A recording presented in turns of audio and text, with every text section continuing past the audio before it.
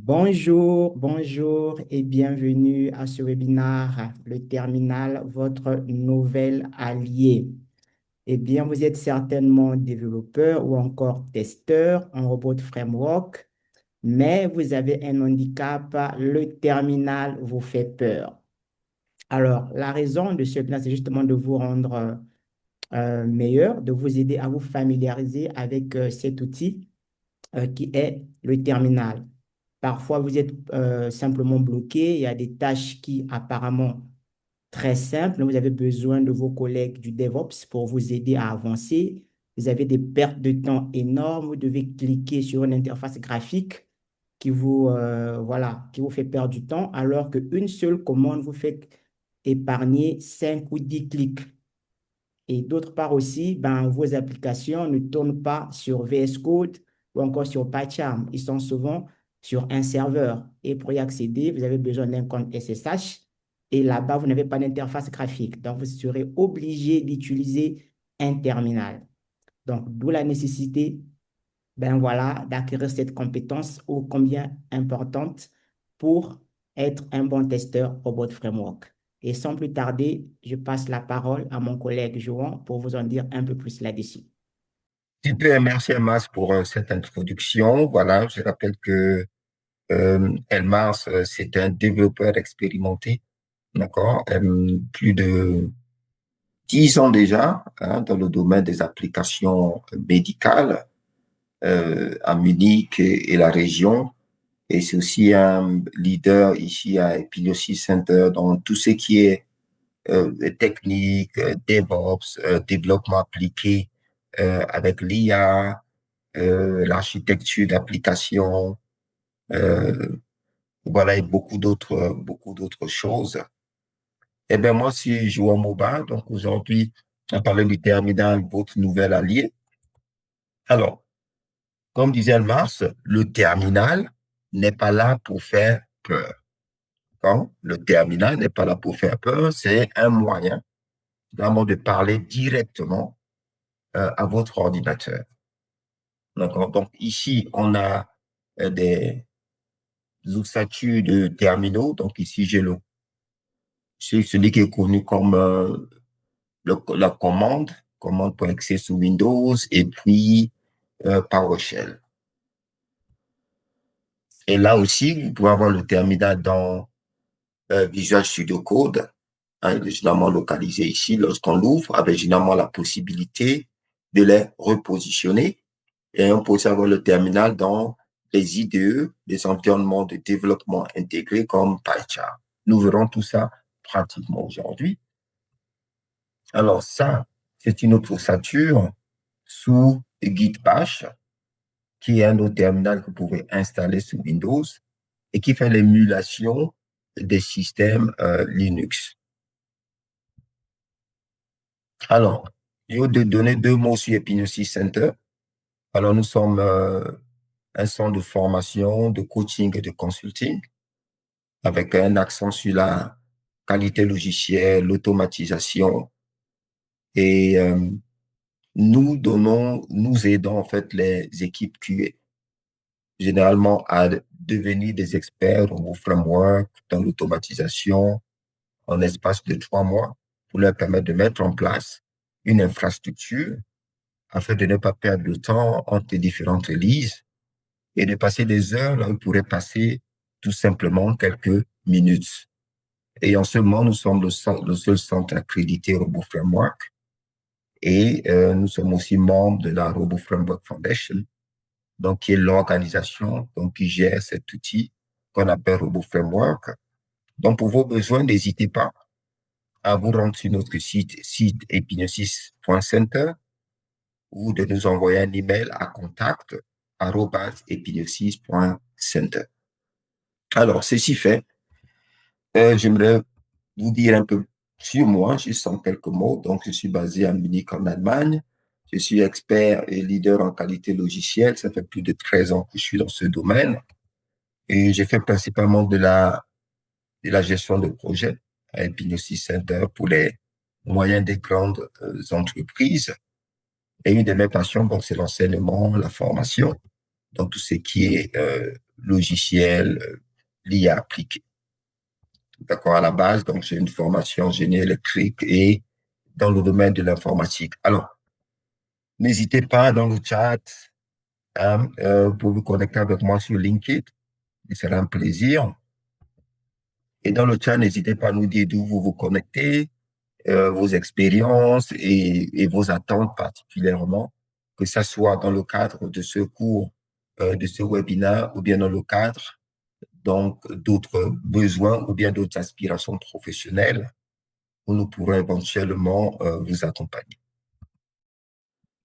Alors l'idée ici, c'est de vous aider à naviguer dans l'arborescence des fichiers du terminal dans le cadre d'un projet Robot Framework, vous aider à lancer des processus, c'est-à-dire lancer des tests et puis de les contrôler, pouvoir créer, copier, déplacer des fichiers et puis, selon le temps on aura, voir comment configurer les variables d'environnement PAF et Python PAF. Alors, ça, on va passer. Alors, pourquoi le terminal est-il indispensable? Alors, pour lancer les tests, par exemple sur Robot Framework, on a généralement la commande robot avec un répertoire cible. Ou pour installer des librairies, parce que Robot Framework est basé sur Python, qui est une technologie centrale dans Robot Framework, on utilise la commande pip install. Donc, pip qui est le manager des paquets Python. Et ici, par exemple, Robot Framework-library, qui est une librairie ou une bibliothèque qui est très répandue dans Robot Framework. On peut aussi ouvrir notre fichier des résultats directement avec une commande sur Windows qui s'appelle start. Ou bien configurer des variables d'environnement, diagnostiquer les problèmes au niveau de l'exécution donc de nos tests Robot Framework. Donc, ça rend le terminal indépendant, indispensable, parce que vous n'avez pas besoin de passer nécessairement par une interface graphique. Vous pouvez avoir plus de contrôle sur l'ordinateur et l'exécution de vos tests. Alors, en réalité, les IDE ne font que masquer des commandes. Si j'ouvre ici un terminal, alors, je vais par exemple lancer PowerShell ici, et puis je vais me rendre dans mon projet Robot Project ici. Voilà, toutes ces commandes-là, on va les voir ensemble. Donc déjà, si je vous montre ici à l'intérieur,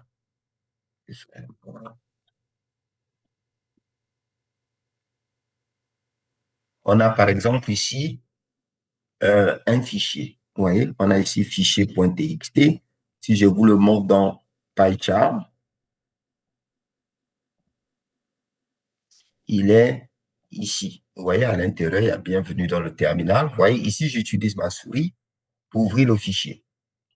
D'accord? Mais si je vais ici dans PowerShell, comme je vous montrais, et que je tape fichier et clique Entrée, mon fichier est ouvert automatiquement par l'environnement. Vous voyez, ici, je n'ai pas eu besoin de cliquer ou que ce soit.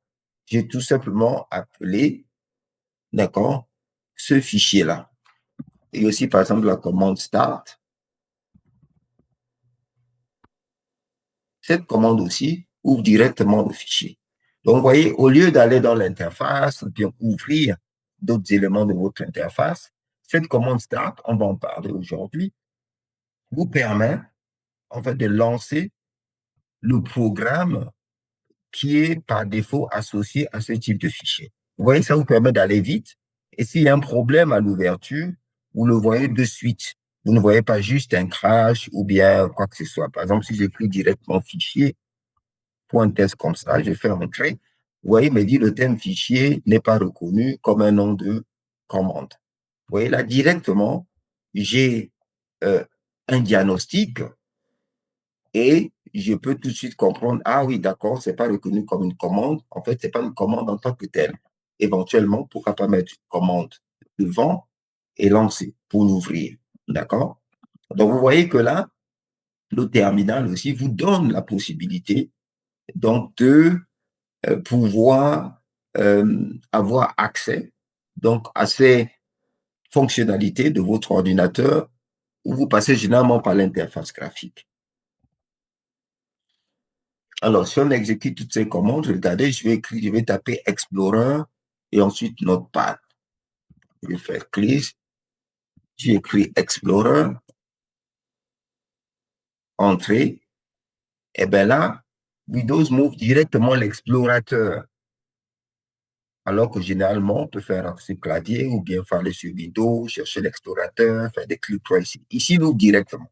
Si j'écris Notepad, vous voyez, pour prendre Notepad exe, quand je clique, il m'ouvre directement le programme Notepad. Vous voyez que finalement, les interfaces graphiques que vous avez, ce sont en fait, finalement, ne font que cacher, couvrir, mettre une couche sur les commandes. D'accord? Donc, le terminal peut être indispensable, il peut vous rendre finalement très efficace. Alors, l'application vient de la faire. On peut aussi exécuter la commande dire. Je vais prendre une autre statue, par exemple, git bash, aussi qui est bien connu. Et là, je vais exécuter dans git bash. Pareil, je vais aller et je vais faire la commande qui a été donnée là-bas. Donc, il y avait la commande dire. Vous voyez, dire me liste. Vous voyez l'ensemble des sous-répertoires ici. Vous voyez, et si je fais ls, vous voyez, ls, avec ls, ça fait la même chose. Mais vous voyez, il y a déjà une différence parce que les répertoires sont colorés, ont la couleur violette. Les fichiers sont en blanc. Vous voyez, ces commandes font la même chose, mais sont programmées derrière de manière différente.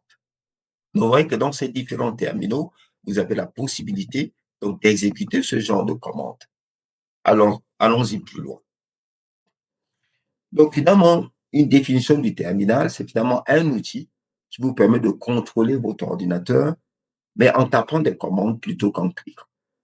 Donc, finalement, vous envoyez des commandes, vous envoyez des requêtes à votre ordinateur, au système d'exploitation qui le contrôle, et à partir de ce moment, lui va réagir en conséquence. Alors, donc, il y a différents types. Il y a l'invite de commande CMD. Si vous faites un clic sur la touche Windows, ensuite CMD, il vous ouvre cette fenêtre. Oui, ça, elle est bien connue. Oui. Il y a PowerShell que j'ai déjà ouvert ici. Et ensuite, vous avez aussi le Windows Terminal. Toujours, si vous écrivez Terminal, Windows Terminal, il va vous ouvrir ça. Ça existe aussi sous Windows. Alors, le Windows Terminal, lui, par contre, avec lui, vous avez la possibilité d'ouvrir et le CMD et le PowerShell. Vous voyez ici, il y a un plus. Si vous allez sur ce plus, ici, sur cette barre, vous avez la possibilité de choisir, par exemple, une autre fenêtre PowerShell, ouais, ou là, ouais, la commande, tout ça dans la même interface. Donc, ça, c'est terminal. Donc, Windows vous donne la possibilité d'avoir les deux dans le même ici. Très bien. Alors, donc, il y a aussi cette ossature-là sous PyCharm. OK, on va voir le contexte de notre projet. D'accord, le contexte de notre projet ici. Je peux m'ouvrir sous PyCharm, qui est un environnement de développement intégré qui est très utilisé pour le développement de tests et le développement aussi d'applications. Alors, il a une version gratuite qui est une version communautaire, Community. Hein, disons, maintenant, ils ont seulement une seule version, mais après, vous avez des licences différentes. La licence Community et Pro. Donc là, avec la licence Community, il y a beaucoup de choses que vous pouvez faire. Donc là, à la base, voici notre projet Robot Framework.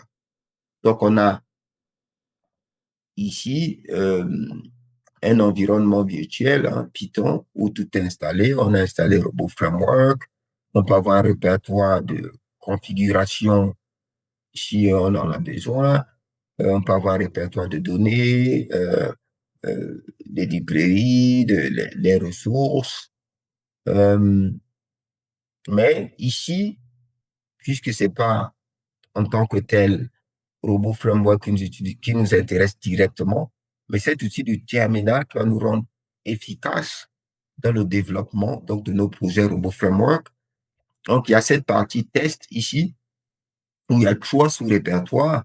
Donc, un sous-répertoire pour les tests API, un autre pour les tests end-to-end et un autre pour les tests UI. D'accord? Donc, à l'intérieur, vous avez des fichiers de suite de tests qui, ici, en fait, ne sont pas, on n'a pas de gros tests à l'intérieur parce qu'ils servent juste de démonstration. Voilà. Donc, on a notre répertoire ici. Très bien. Donc, ça, c'est notre contexte. Maintenant, donc, on a les tests, des ressources, un répertoire result dans lequel on peut rediriger donc les logs du test pour qu'ils ne soient pas au même endroit que les fichiers de suite de test, au risque en fait de les inonder et de rendre finalement notre environnement moins lisible, moins propre, ce qui aussi à un moment donné peut jouer sur nos psychologies et ne pas avoir envie de travailler plus longtemps. Alors, donc, notre projet s'appelle Robot Project. Il est là-bas dans ce répertoire. Alors, maintenant, ici, dans ce cas, je vais utiliser Windows, un terminal Windows qui s'appelle PowerShell, la version 7. La version 5, vous allez la voir généralement installée par défaut parce qu'elle est native, la version 5. Toutefois, vous pouvez avoir la version PowerShell 7, mais par contre, il faut l'installer à part. D'accord? Soit vous passez par le Windows Store, si vous tapez la touche Windows et vous tapez Store, vous allez avoir le Microsoft Store qui va s'ouvrir. Alors, dans le Microsoft Store, au niveau des apps, vous allez chercher PowerShell. PowerShell. Donc, vous avez PowerShell 7, d'accord, que vous allez installer. PowerShell 5 est sûrement déjà sur votre ordinateur, mais ce n'est pas un blocage. Seulement au cas où nous on fait l'enchaînement de commandes, etc., qu'à partir de ce moment, ça peut devenir un blocage. Alors, vous pouvez l'installer de cette manière. Vous pouvez aussi l'installer en passant par le terminal avec la commande winget install microsoft.powershell. Donc, avec la commande winget, euh, voilà, il me propose, vous voyez, je suis dans PowerShell 7. Donc, je l'ai déjà installé, je ne vais pas exécuter la commande. Et si vous exécutez cette commande winget install microsoft.powershell, en principe, va vous installer la dernière version par défaut. Sinon, voilà, vous avez vu dans le store ici, et si vous cliquez sur PowerShell ici, eh bien, il va vous amener ici. Vous aurez téléchargé ou un autre mot ici. Pour moi, il met ouvrir parce que c'est déjà installé. D'accord? Donc là, vous lancez l'installation et vous aurez avec son ossature. Vous allez voir sa différence avec PowerShell 5. PowerShell, quand vous installez PowerShell 7, il ne désinstalle pas PowerShell 5. OK? Il ne désinstalle pas PowerShell 7. PowerShell 5, mais il va cohabiter avec lui. PowerShell 5 est natif, comme le terminal command, comme vous avez vu. Et PowerShell 7 est polyvalent parce que PowerShell 7 aussi peut s'installer sur d'autres OS, systèmes d'exploitation comme Linux, Mac, etc. Donc, PowerShell 5, vous allez voir cette ossature. Donc, si je rentre cette commande $ps version table.ps version, vous voyez ici, je suis dans PowerShell 5. OK? Maintenant, si je lance ça dans PowerShell 7, Vous voyez là, j'ai Major 7. Et là, vous avez Major 5.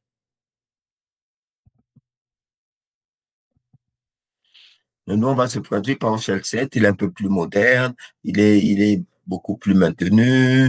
On a des mises à jour beaucoup plus fréquentes. Voilà, au niveau de PowerShell 7. Donc maintenant, lorsque vous rendez dans le terminal euh, va se retrouver à une position courante, à toujours une position courante qui est indiquée ici. Vous voyez là, par exemple, je vais fermer le PowerShell 5. Donc là, je suis dans User, c'est User, je vois mon bas, aller sur notre projet.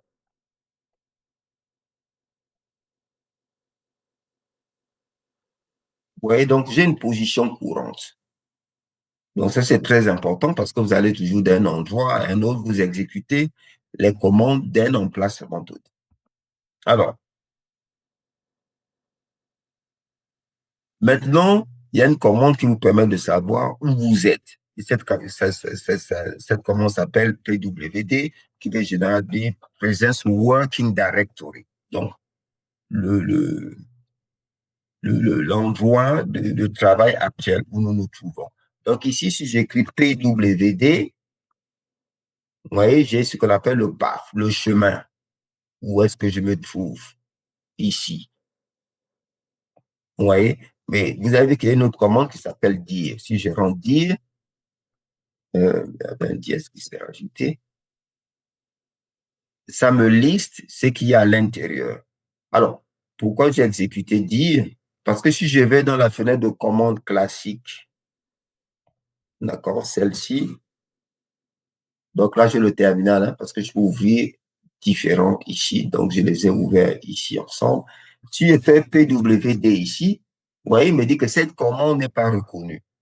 Vous voyez, dans le terminal classique. Et si je fais dire, plutôt, non, je parlais plutôt de CD, pas dire, voilà. Si je fais CD, si je fais CD, il me donne le chemin. Et si je fais CD ici,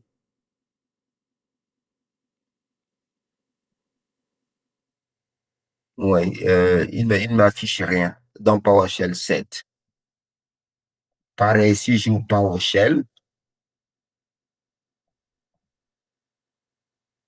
donc vous voyez qu'il y a des commandes qui vont être disponibles dans certains terminaux et pas dans d'autres. Vous voyez, dans PowerShell, listing, plutôt PWD, me donne bien l'emplacement. Mais dans le CMD classique, je dois faire CD pour avoir l'emplacement. Ouais.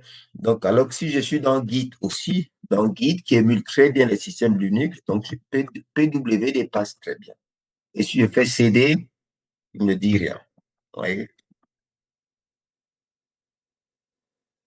Pareil, si je vais dans mon terminal, ici, par exemple, si je fais CD, il ne me dit rien, mais si je fais PWD, ouais, il me donne le chemin.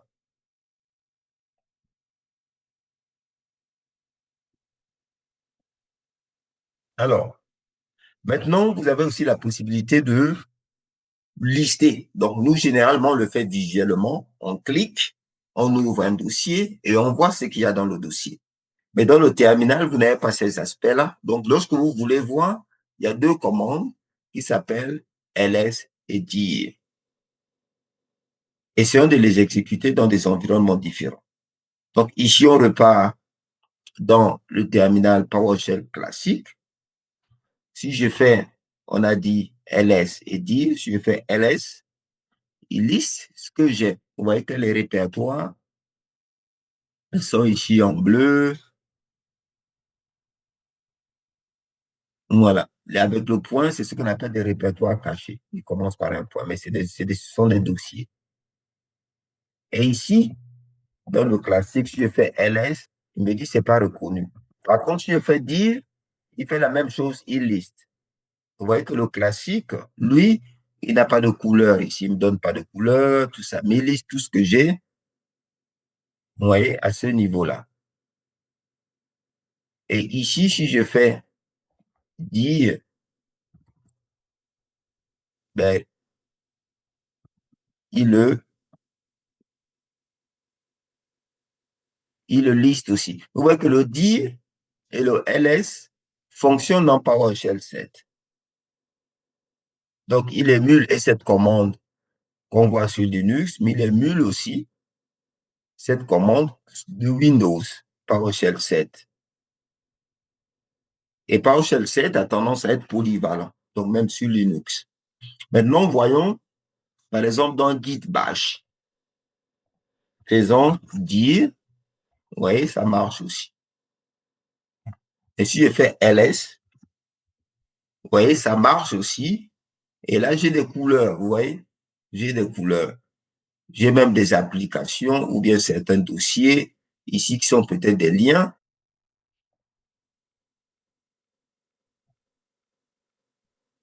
Donc là, on va devoir, là, on se trouve où? On va aller dans notre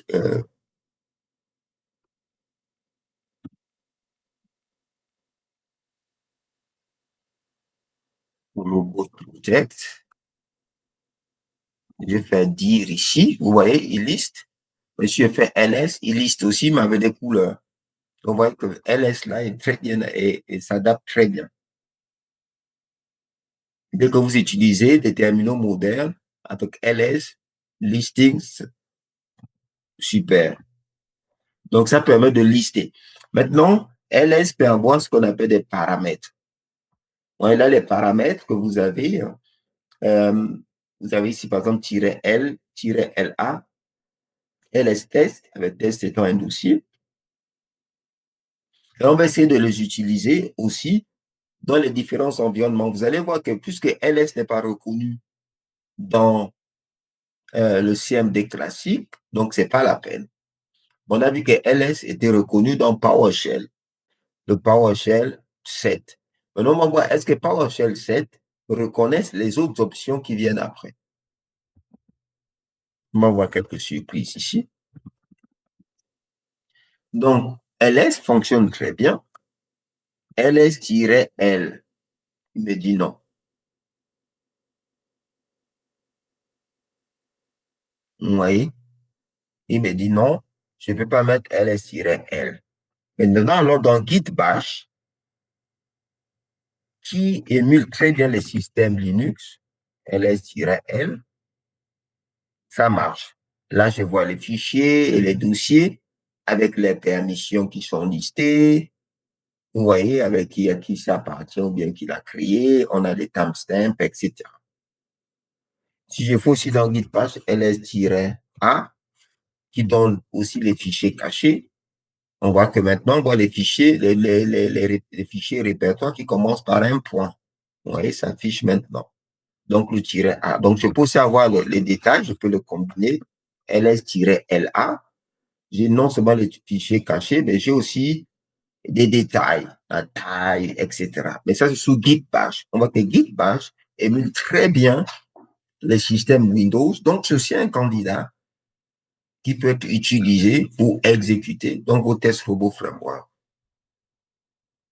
Donc, il n'y a pas de problème pour cela. C'est sous Windows, parce que l'on se focalise sur Windows ici. Alors, il y a aussi d'autres commandes qui incluent des fichiers cachés, peut-être DOS 10/A. Essayons de les exécuter ici dans 10/A. Because it does not exist. OK.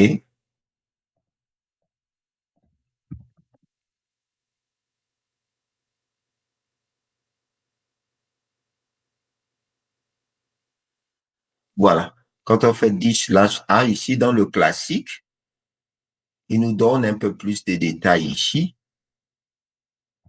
Comme on peut voir, mais sous PowerShell, on a vu que, vous voyez, il nous donne le volume, il nous donne les timestamps, il nous donne, voilà, beaucoup plus de détails ici dans le classique. Mais sous PowerShell, on a exécuté la même commande.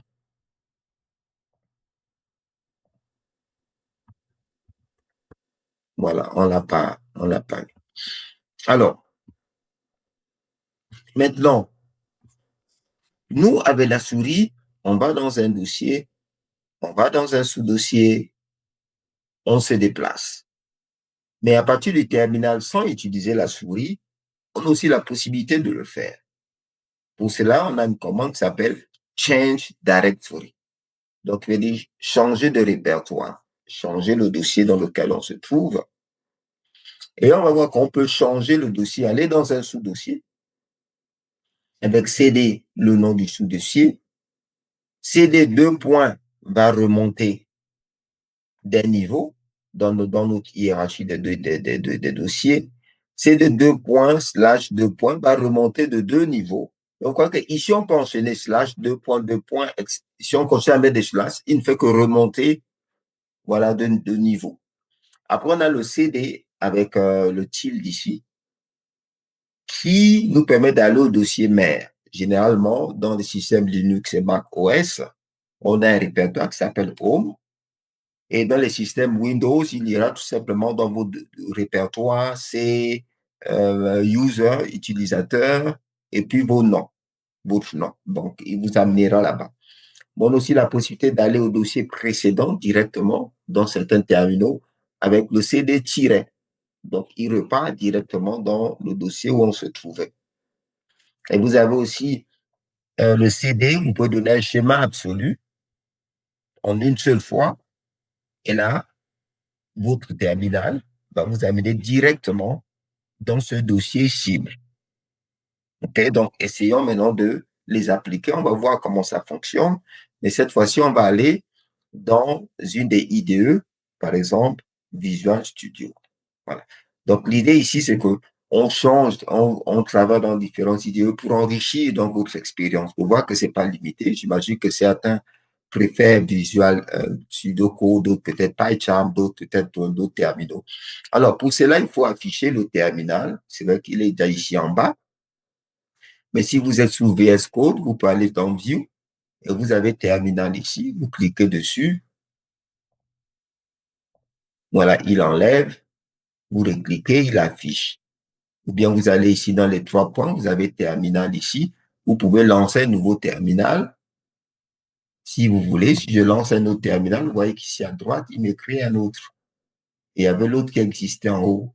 Ouais. Je peux même lui donner le nom. Je peux lui dire ce terminal-là, je vais l'appeler par exemple Shell Robot. Et puis peut-être celui-là, je vais l'appeler, je peux lui donner un focus, Shell Test. Donc ça, moi, ça me permet, moi, si je veux faire certaines choses, j'ai celui qui est directement déjà situé dans le robot. Et ici, par exemple, celui de test, avec CTRL plus, on peut facilement zoomer. Donc, je peux me dire, voilà, ici, je vais rester au niveau de la partie test ici. Et ici, je serai toujours à la racine, par exemple.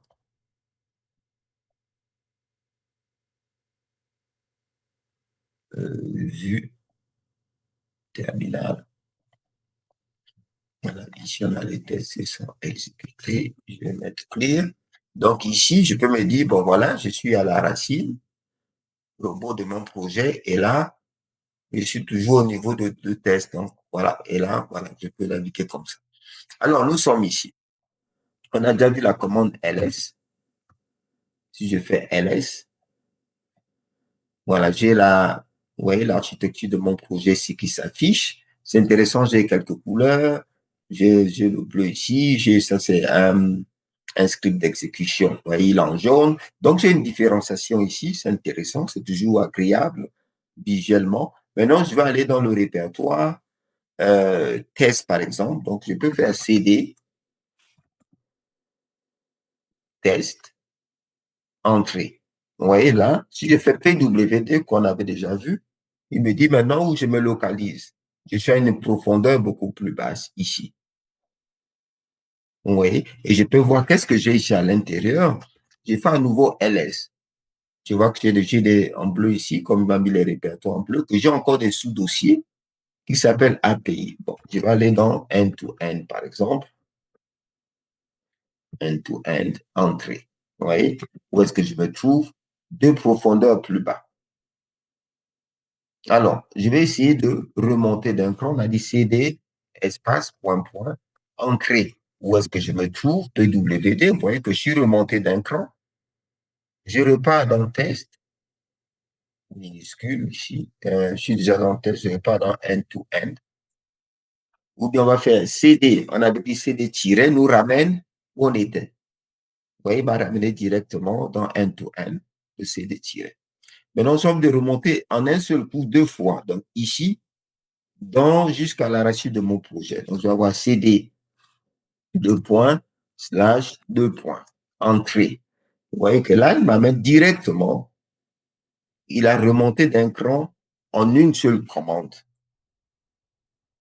Vous voyez, j'ai fait clé pour nettoyer un peu. PWD, vous voyez qu'on est bien au niveau donc de notre projet, mais c'est super.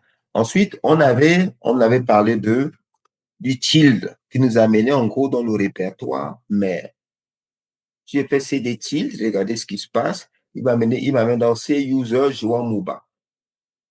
Ça, c'est intéressant parce qu'on va faire la même chose. Donc, par exemple, sur Git Bash.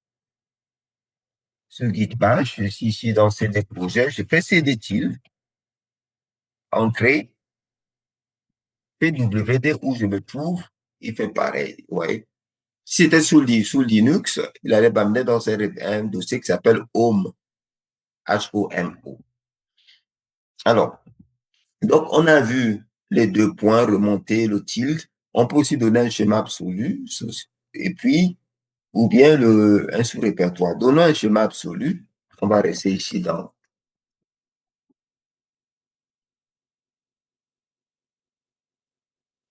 Git Bash, PW2. Où est-ce que je me trouve dans Git Bash? Voilà, je suis ici. OK, on va aller dans le dossier test et puis UI directement. Donc, je donne un schéma absolu. Entrée. Maintenant, faisons PWD. Où est-ce que je me trouve? Vous voyez, en une seule commande, il m'a directement dirigé jusque dans mon répertoire. Alors, ça, c'est très intéressant. Vous voyez que je fais tout cela sans cliquer où que ce soit. Vous voyez, et ça vous donne un contrôle. Vous voyez, au début de l'apprentissage, c'est vrai que ça va être assez différent parce qu'on n'est pas habitué.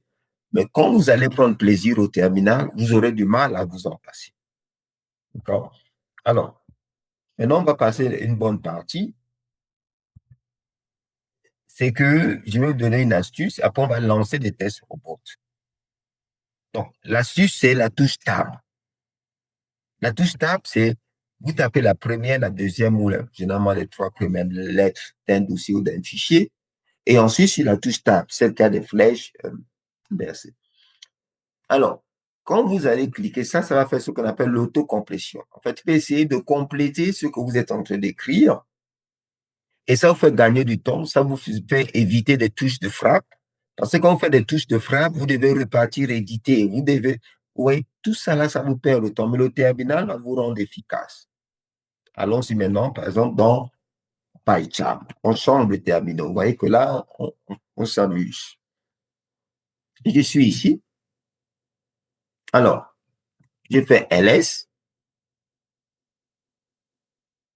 Vous voyez que ici, j'ai des répertoires, des sous-répertoires. Là, j'ai pas de couleur.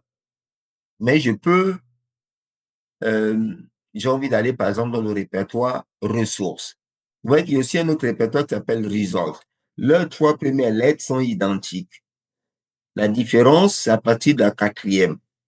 Donc, si je fais CD, R, Tab, il propose ressources, je fais encore ressources, c'est dans l'ordre alphabétique ici. Je fais encore Tab, il me propose résultat. Ressources, vous voyez, c'est que j'appuie Tab parce qu'il n'a pas une identification unique. Si je mets juste RE, pareil. Si je mets jusqu'à S, pareil. Maintenant, si je mets à partir de la 4e lettre, là, je n'ai qu'un seul. Même si j'appuie Tab, je n'ai plus de changement. Pourquoi? Parce que je n'ai qu'un seul sous-répertoire qui commence par RESU. Donc, généralement, vous mettez les premières lettres qui vous permettent de différencier. Et là, quand je fais entrer, super. Je fais LL, je suis ici. Mais si je reviens ici, par exemple, j'ai librairie, il n'y a qu'un seul sous-répertoire librairie. Donc, je peux mettre CD, rien que la première lettre est suffisante pour retrouver librairie. Donc, je fais tab. Directement, il m'amène dans la librairie, mais je fais tab. Je n'ai pas de concurrent ici. La même chose pour configuration. Dans ce sous-répertoire, il n'y a qu'un seul ici. Vous voyez? Donc, maintenant, si je vais dans test, vous voyez, test aussi, il n'y a qu'un seul. Mais après test, si je ne fais rien, si je fais juste tab, eh bien, il va faire le tour de tous les éléments que j'ai ici. Par exemple, les sous-dossiers, vous voyez. Maintenant, si je mets E, entrée, il n'y a que le end-to-end. Et entrée, je me retrouve ici. Donc, cette touche table, hein, vous évite les erreurs de frappe et en plus, ça complète vos fichiers. Des fois, si vos fichiers sont longs ou les noms de vos répertoires sont longs, vous n'avez pas à les typer jusqu'à la fin, comme je vois certaines personnes le faire. Vous n'avez pas besoin. Alors, déjà on est ici, on va passer au cœur. Et donc, maintenant, on veut lancer des tests Robot Framework. Alors, pour lancer les tests Robot Framework, il faut déjà avoir un environnement. Et nous, on recommande, le système test généralement d'avoir un environnement virtuel. Python, parce qu'on peut créer un deuxième, un troisième, etc. et configurer différemment. D'accord? On a des sortes de conteneurs isolés, des environnements isolés auxquels on peut donner des caractéristiques bien particulières. Vous voyez, ça, c'est l'avantage d'utiliser des environnements virtuels. Et Python a des outils qui facilitent de le faire facilement. Surtout si vous devez gérer, par exemple, différentes releases, vous devez gérer différentes euh, branches, etc. Vous pouvez créer, hein, ou bien vous voulez faire une évolution dans votre environnement, eh bien, vous pouvez créer un autre environnement avec cette évolution, faire vos tests et voir si ça vaut le coup. D'accord? Ça peut de réduire le risque des impacts négatifs. Alors, pour lancer des tests Robot Framework, il y a trois manières principales ici qu'on va voir. Il y a robot point. Robot pour le point est vraiment mis pour le répertoire, le dossier actuel où vous trouvez. Donc, si on fait robot point, Robot Framework va scanner tout ce dossier et tous les sous-dossiers de manière récursive et va chercher tous les fichiers qui ont l'extension .robot et les exécuter un à un. Alors, vous pouvez aussi donner robot, vous donnez le chemin d'un autre dossier. Peut-être que le dossier actuel, c'est pas, ne vous intéresse pas. Vous avez un dossier particulier. Dans notre cas, on avait par exemple end-to-end ou UI. Et là, vous dirigez vers ce dossier. D'accord? Si vous êtes déjà à l'emplacement de ce dossier, eh bien, vous pouvez juste mettre le point. Ou bien, vous pouvez aussi exécuter une suite de tests en donnant le chemin complet jusqu'au fichier. Donc, c'est ce qu'on va voir ici, avec certaines options qui permettent d'inclure, par exemple, des tests qui sont caractérisés par un tag, ou bien d'exclure des tests qui sont caractérisés par un tag et qui se trouvent, par exemple, dans un dossier test. Le -D nous permet de rediriger, par rapport à l'emplacement où on lance la commande, de rediriger les résultats vers un sous-dossier. D'accord? Au lieu de les avoir là où il y a notre suite de tests. Et le -A peut nous permettre de donner des arguments par défaut à notre commande Robot Framework. On les met dans un fichier et Robot Framework va les lire et puis va exécuter avec. Il y a d'autres options qui permettent de nommer, etc. Alors, on va faire tout ça. Et déjà, si vous voulez plus de détails sur les options de la commande robot, vous faites robot-help. D'accord? Quand vous faites robot-help, vous avez un certain nombre, vous allez voir tous ces paramètres. Ces paramètres ont une forme longue, par exemple le log level-L, ça c'est la version courte. Sinon, vous mettez log level. Donc, on a comme ça plusieurs commandes. Par exemple, on a une des commandes qu'on va utiliser aujourd'hui, c'est include-i, c'est sa forme courte, -include, c'est sa forme longue. D'accord? L'un ou l'autre passe, mais n'utilisez pas les deux en même temps. Ensuite, vous avez un tag. Donc, on vous dit qu'il sélectionne tous les tests par les tags. Alors, dans les tests ici, vous voyez, j'ai des tags ici. J'ai été caractérisé par des tags. Par exemple, ce test, dans API, il a le tag API, il a le tag smoke, il a le tag slow. Et ce deuxième, qui est dans la même suite de tests, a le tag API et fonctionnel. Ça me permettrait, si je lance des tests, je peux décider de ne lancer que les tests API et pour l'autre, seulement les tests end-to-end, end-to-E, end-to-end, et par exemple, seulement les tests UI. Ou bien si c'est juste des tests de performance, s'il n'y a que un ou deux qui l'ont, je vais les mettre ici. D'accord? Une autre commande intéressante, c'est le T. Le T qui nous dit test. Donc, on peut cibler le test par son nom. Si je rien, mets -T et je donne juste le nom de ce test, il n'y aura que ce test qui sera exécuté. S'il n'y a pas un autre test qui inclut cette partie de... Alors, donc, mettons-nous ici. On va se mettre au niveau de la racine ici. Donc, je vais faire robot, point, entrée. Donc, vous voyez que l'exécution a commencé ici. Donc, les tests s'exécutent. Vous voyez qu'il scanne tout. Il va dans tous les sous-répertoires. Il a trouvé les tests API, il a trouvé les tests end-to-end, il a trouvé les tests, on a aussi des tests, voilà, API, end-to-end et UI. Vous voyez, il les a tous exécutés et il y a 6 au total. Voilà, là, il les a créés. Mais maintenant, lorsqu'il les a exécutés, comme on n'a pas redirigé avec -D, il a créé les fichiers de log ici, au même endroit. Vous voyez que ça ne fait pas très propre parce qu'après, ça ne fait pas très propre, on a les logs ici. Et pour ouvrir ces logs, il y a une commande qui s'appelle start log.html. Je vais l'ouvrir, je vais le lancer. Désolé, il a changé. L'emplacement, je vais aller ici.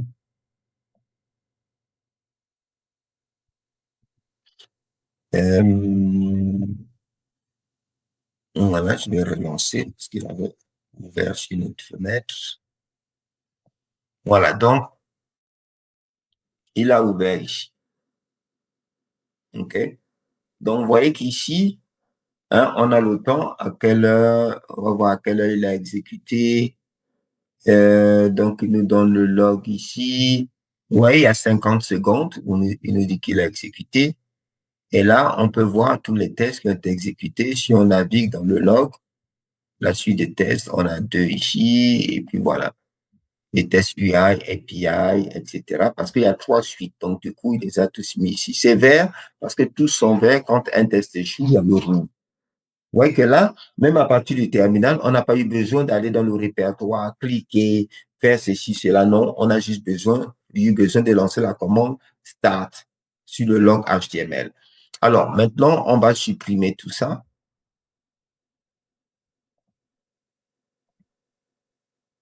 On va nettoyer tout ça. Maintenant, on va relancer. Vous voyez, ça, c'est une autre astuce. Vous pouvez remonter avec la touche haut, bas, gauche, droite, etc. avec les touches haut et bas de votre clavier. Donc, je remonte, par exemple, jusqu'à robot. Donc là, je ne vais pas exécuter robot point, je ne vais pas exécuter robot point. Je vais aller dans les tests et je vais dire exécute-moi les tests end-to-end seulement. Voilà, je donne juste le répertoire, il va scanner le répertoire, il va tout exécuter. Voici les tests end-to-end, ils sont ici. On voit qu'il y a 2. Comme il y a 2, je vais dire, je vais juste exécuter celui qui est slow, parce que j'ai mis un slip de 5 secondes ici. Donc, je me déplace vers la gauche, je vais mettre -i inclut celui de cette suite, seulement celui qui a le tag slow. Donc, j'exécute, il n'y a qu'un seul. Ah, est-ce que j'ai redirigé? Ah, je n'ai pas redirigé, donc il va créer encore les logs ici. Allez, je vais supprimer ça parce que je vais rediriger les logs vers, voilà, d'ici, je vais faire -D et puis je vais le rediriger vers Result. Voilà, j'ai un sous-répertoire qui s'appelle Result. Voilà, et là, je lance. Donc, dans Result, j'ai quelques fichiers déjà, je vais les supprimer, comme ça, vous allez voir. Voilà, il est maintenant vide. Et là, je vais lancer les tests ici. Et là, on peut aussi me mettre les logs maintenant dans Result. Vous voyez, ils ne sont plus créés ici, ils sont redirigés, ils sont là. Donc, Je peux aller dans le répertoire, cliquer, tout ça, mais je ne vais pas faire ça. Je commande, utiliser la commande start, je vais dans Result et j'ai le log par resource et Result et j'ai le log.html. Je fais entrer, vous voyez, il m'ouvre ça directement. Au lieu d'aller cliquer, vous voyez, dans la puissance, la rapidité avec laquelle vous commencez à avancer. Vous voyez, donc là, j'ai juste un test, celui qui a le tag slow que j'ai lancé. OK? Donc, comme ça, vous pouvez lancer vos tests Robo Framework. Je peux dire, je vais lancer une suite de tests particulière. Par exemple, c'est avec API. Je vais vers le haut et je lance ici. Au lieu d'aller, voilà, je vais toujours dans test, API. Vous voyez, et là, je donne le fichier robot même. Et maintenant, je peux décider dans API, qu'est-ce que j'ai ici. Je vais donner le tag API. Hein, ce sera les deux qui vont se lancer. Donc, -i, si je mets le tag API, ou bien si je mettais rien aussi, il allait les lancer tous. Donc là, il lance l'exécution. Il a créé le rapport. Bon, je l'ai réduit dans Result, rajoutons API derrière. Il va créer un sous-répertoire à la volée s'il n'existe pas dans Result ici.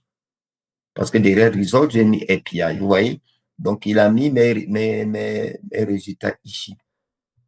Vous voyez, donc quand je remonte dans Start, Result, je vais dans API. Voilà. Start, log, vous voyez que là, voilà, ils sont ouverts ici. Donc, voilà. Donc, là, vous avez vu que la puissance de Robot Framework, déjà, je pense que pour aujourd'hui, ça vous a déjà donné une introduction. Si ça vous intéresse, n'hésitez pas à nous faire savoir, on pourra toujours voir d'autres parties. Donc, pour vous donner quelques astuces, ici, on avait les flèches vers le haut, vers le bas, qui permettaient de remonter dans les commandes précédentes. D'accord? On a vu un certain nombre de commandes. On a vu que le terminal, finalement, c'était une couche, d'accord, qui on a vu que les clics dans l'interface graphique, finalement, c'était des couches qui masquaient en fait les commandes du terminal et qu'à partir du terminal, on peut être rapide, efficace, comme vous avez vu. On peut avoir plus de contrôle, on peut avoir plus d'informations background sur l'exécution, d'accord, nos, de nos actions, d'accord, de ce qu'on fait. On a plus de contrôle. On a vu qu'il y a différents terminaux, on peut utiliser ce qui nous plaise et on retrouve beaucoup de commandes dans la plupart des terminaux modernes. Sous Windows, utilisez PowerShell 7, ceci disponible sur Linux, macOS. Mais sinon, vous avez aussi dans les IDE, vous avez ces terminaux-là. Utilisez-les, d'accord? Et utilisez-les. Et puis voilà, vous avez aussi GitPage. Donc, il y a plusieurs terminaux qui existent qui peuvent vous faciliter, selon vos préférences, de faire un choix. Donc voilà, c'était pour aujourd'hui. Voilà, je vais passer la parole à Elmas.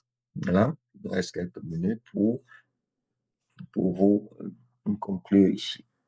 Merci beaucoup, Johan, pour ce magnifique cours que nous a donné vraiment une vue d'ensemble sur l'usage et surtout l'utilité d'un terminal. Alors, nous avons tous vu que le terminal, ce n'est pas une compétence qui est optionnelle. Lorsqu'on veut être un automateur professionnel, c'est quasiment une compétence obligatoire à acquérir. Voilà, on a vu quelques commandes basiques, comment voilà, naviguer dans les répertoires, comment exécuter les tests directement dans le terminal. Et ça nous a fait gagner un temps fou.